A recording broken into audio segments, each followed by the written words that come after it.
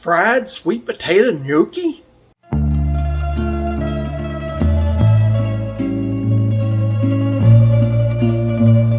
Welcome back to the show. I'm your host, Ken Johnson.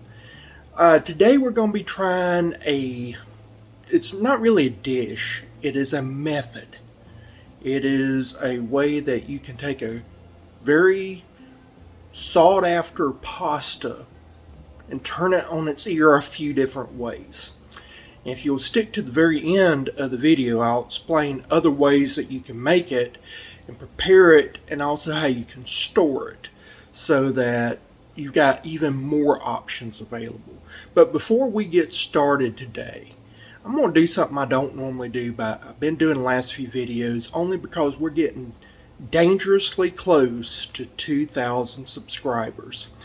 And if you don't understand YouTube, what happens is that the algorithm looks at subscriber views differently than they do non-subscriber views. And they look at channels with larger subscribers different than those channels with content that has less subscribers. So the more subscribers and the more subscriber views means that the algorithm thinks, okay, I need to push these videos out more. And so that's the reason why we YouTubers are always saying, please like, please subscribe. It really does matter. It may not seem like it may seem silly, but it does matter. That's the only way that YouTube knows that we're producing content that's worth viewing. So please give me a like, comment down below, but most importantly, if you haven't subscribed yet, it's totally free. I'm not charging you anything. YouTube will not charge you anything. Please hit that subscribe button. And with that, let's make some sweet potato gnocchi. Alright, what we have here is 3 sweet potatoes I put into a 350 degree oven and roasted for about an hour. They've been allowed to cool. Now we're going to peel them and start making our gnocchi. In my case, that ended up being 3 cups approximately of sweet potato that I'll mash up with a fork. After I mash it up, I'm going to add self-rising flour. I'm going to start off with half the amount of sweet potato by volume to flour, and then add a half cup in increments until we get to a consistency that I like. There we are, just mashing this up good with a fork. Right, so this is a real thick frosting consistency, so I'm going to add in another cup of flour.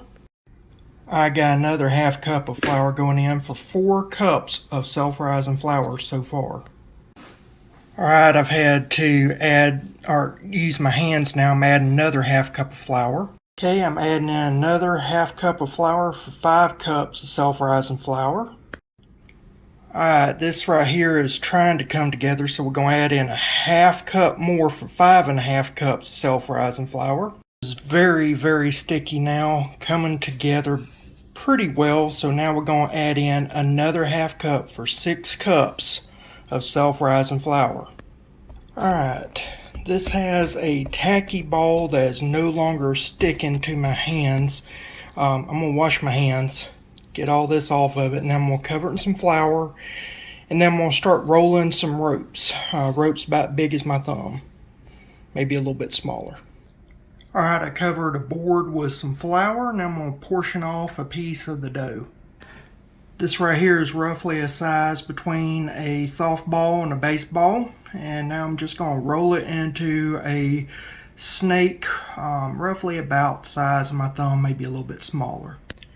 As it elongates, what I'll do is I'll cut it in half, make it into manageable size portions.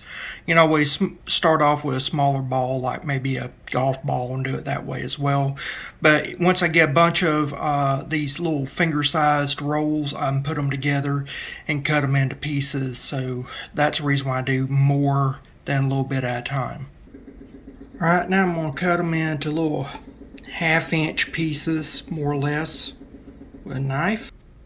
I got all these little pillows here. Now what I'm going to do is I'm going to take a flour dusted fork and roll these off the top of the fork.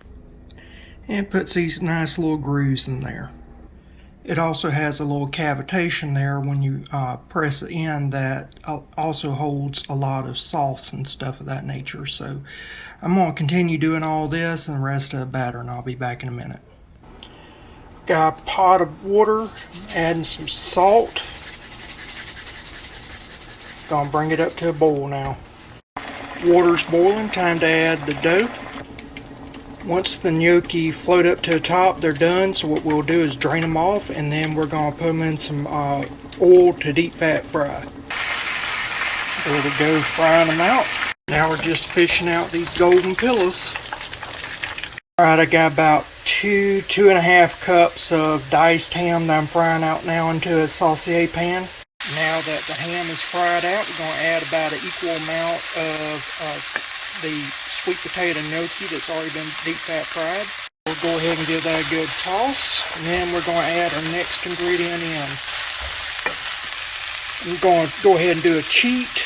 It's a lot easier and cheaper to buy this, and it tastes just as good as if I made it home.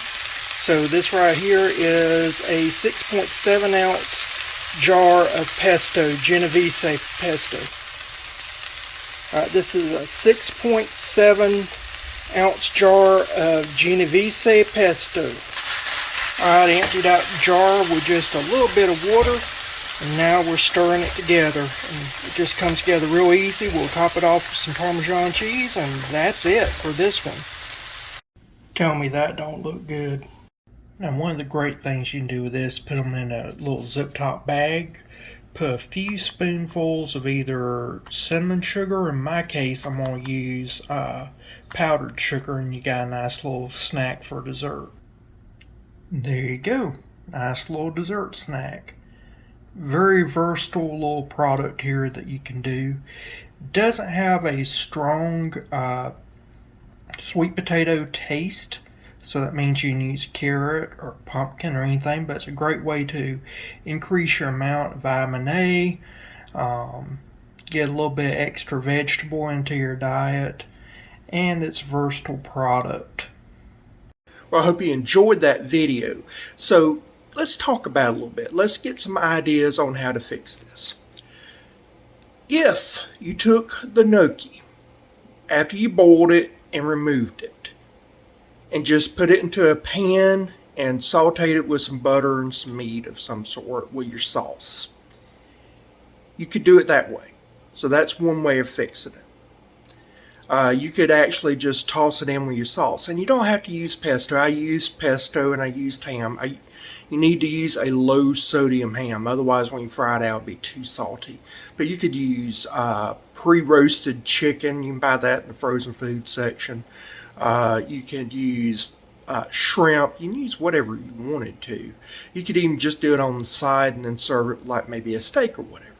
The idea was just that showing you an idea of how to use it, not an actual dish. So I used a cheat code, and I used a jar of pesto because it's easier for me to get a good quality jar of pesto than it is to make the stuff, because I can't find all the ingredients to make pesto a lot of times. And that's fine. Now, once you take it out of the water, you can take it and put it on a sheet tray that's lined with a little bit of parchment paper, and then put it in the freezer. It don't take long. Don't take long at all. About 30 minutes, 45 minutes, it'll start to freeze. Once it gets to where it starts getting partially frozen, you can take it off and then put it in a bag, put it in the freezer, and it'll stay for several months like that, no problem, once it's cooked and boiled. So you could then use it as you wished. Now, I did 3 sweet potatoes. That's a lot. That's enough to feed 4 people both a main dish or side and a dessert. Understand that. But it took about 2 hours, because it took about an hour to roast the vegetable, and then it took about an hour to make the gnocchi. It's very labor intensive. That's the reason why I think that you should do a bunch of it and then freeze it for later. I did the oven roasting to keep the water content down to a minimum. You could use the microwave. That's totally fine. 20 minutes in the microwave is more than enough time for a lot of vegetables, cook them through. If you're worried about there being any type of stray material when you mash it up, you could run it through a sieve. One of the other things that you can do is that you can use something besides sweet potato. Now let's say you have a very picky eater. My wife does not like sweet peas. I could put sweet peas in there because I love sweet peas, English peas. I like those. I could mash them up, run them through a sieve, and we have something that I like because you're not going to get the full flavor of the sweet pea. You could take carrot because my wife don't like carrot and I love carrot. Mash it up, put it through there. Rutabaga. I like beets. I love beets. Okay, you got somebody don't like beets, you could run it through, do the same thing. Basically, the options are endless. Rutabagas, beets, peas, anything that would mash up. Like I said, you can always run it through a sieve. It's not going to have the full flavor of the vegetable. It's going to be a pasta. And so therefore, you got somebody that maybe is a little bit picky eater. You could definitely incorporate a vegetable into this pasta and have something that you make it ahead of time, days, weeks, months ahead of time, freeze it off, buy it when the vegetables are cheap, buy it when they're, on sale, whatever. Do a bunch of them, and then you have something for an easy meal. And that's what this is. This is a technique video. This is not a how-to on how to make just sweet potato gnocchi. Now, when you fry them up, they will puff up and they'll get a little bit more dense. Think of how they do the bagels, how bagels are a little denser. That same process happens to a degree. It's going to be softer than a bagel, but it's going to be denser. So if you want to have it still boiled and soft, you can put it in the pan there. For the desserts, I like doing it fried. My wife says that they tasted a funnel cake. She really liked the way I did that. So you could do that. Another thing is with the fried, you can put it in soups, like as a base that you put your soup over. So if you have a zuppa toscana, you have any type of chowder, anything of that nature, you could put that over it. It's really good in a soup.